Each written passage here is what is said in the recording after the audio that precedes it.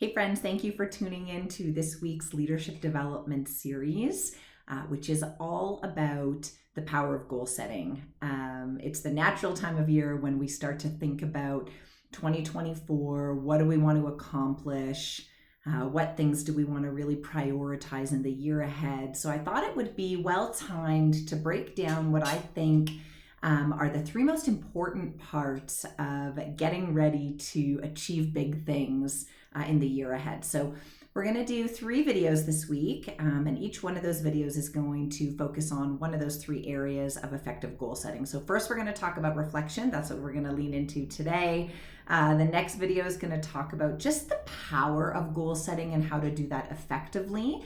And then the last video of the week, we're going to hone in on vision boards and why visualizing what success looks like is such a strong element of any kind of effective goal setting plan. So enough about that. Let's talk about, first on the list this week, which is all about reflection. And I think that it's one of the areas of goal setting that we just don't spend enough time doing, and we certainly don't give enough attention to as it relates to the effectiveness of our goals and how we actually achieve those goals.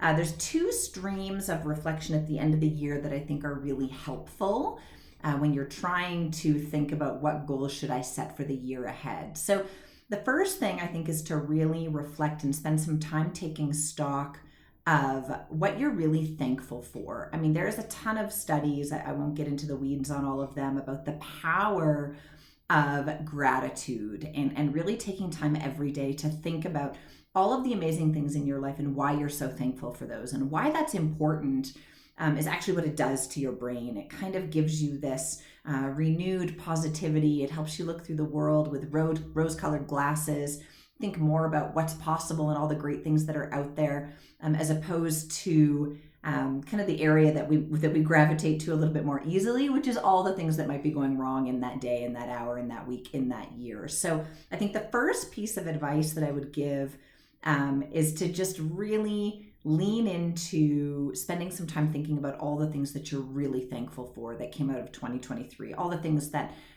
you're really grateful for. So that's kind of stream number 1.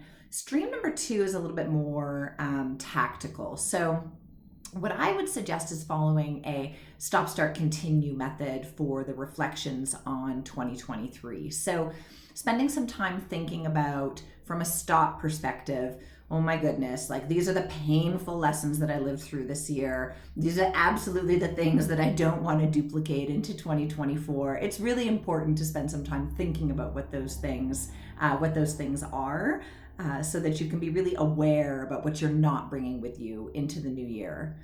And then start to think about the start bucket. So this is my favorite one. This is like, man, if I really wanted to enhance my leadership practice or enhance my salesmanship or enhance my executive presence, like whatever the role is, if I could just start doing these 3 things consistently, that's really going to elevate my skills. It's going to enhance my abilities. So really, really important to think about what you could start doing to help you gain some really big impacts in your career. And then the last bucket is also really important. This is the continue bucket. So spend some time thinking about the things that you are really confident that you do that drive value to yourself, to your team, to the organization, to your customers, to your community.